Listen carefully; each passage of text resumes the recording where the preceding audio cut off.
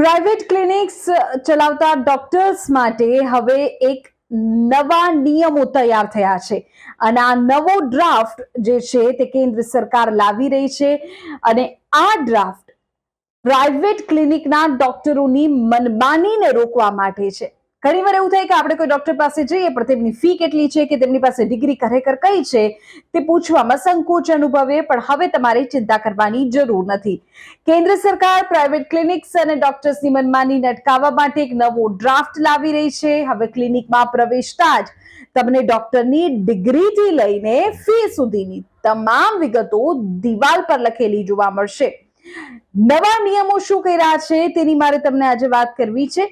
અત્યાર સુધી ઘણા કિસ્સાઓમાં દર્દીઓને ખબર નથી હોતી કે ડોક્ટર કેટલા ભણેલા છે, તેમની તપાસની ફી કેટલી છે.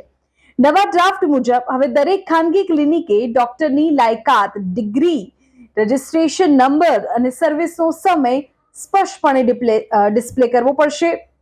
ખાસ વાત એ છે કે આ વિગતો અંગ્રેજીની સાથે સ્થાનિક ભાષામાં પણ લખવી પડશે, એટલે ગુજરાતમાં ગુજરાતી ભાષામાં પણ એ લખાણ હોવું જોઈએ.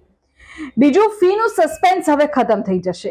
ઇલાજ પછી જ્યારે બિલ આવે ત્યારે મોટો આંચકો ન લાગે તે માટે સરકારે હવે ફી સ્ટ્રક્ચર જાહેર કરવાનું ફરજિયાત બનાવ્યું છે. દર્દીના સગા પહેલેથી જાણી શકશે કે તપાસનો ખર્ચ કેટલો થશે, જેથી તેઓ પોતાના બજેટ મુજબ નિર્ણય લઈ શકે.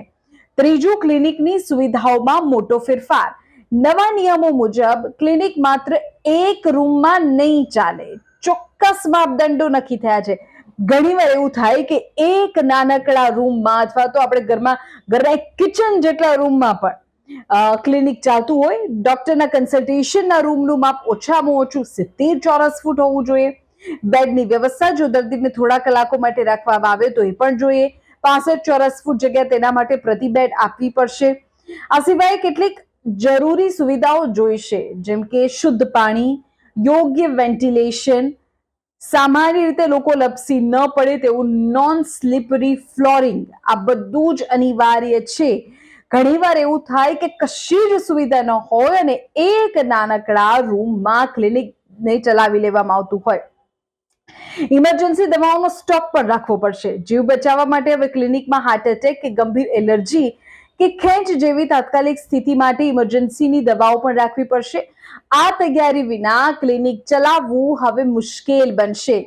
કેન્દ્રીય આરોગ્ય મંત્રાલયે આ ડ્રાફ્ટ પર જનતા અને તબીબી સંસ્થાઓ પાસેથી સૂચનો માંગ્યા છે.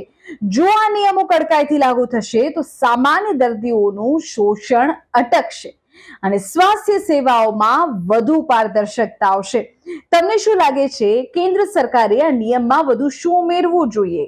કઈ રીતે આ ડોક્ટર્સની મનમાનીને ઓછી કરી શકાય અને સામાન્ય જનતાની સુવિધાને વધારી શકાય, અથવા તો સરકારના અત્યારના નિયમો છે એના પર આપનું રિએક્શન શું છે અમને કમેન્ટ કરીને કહેજો.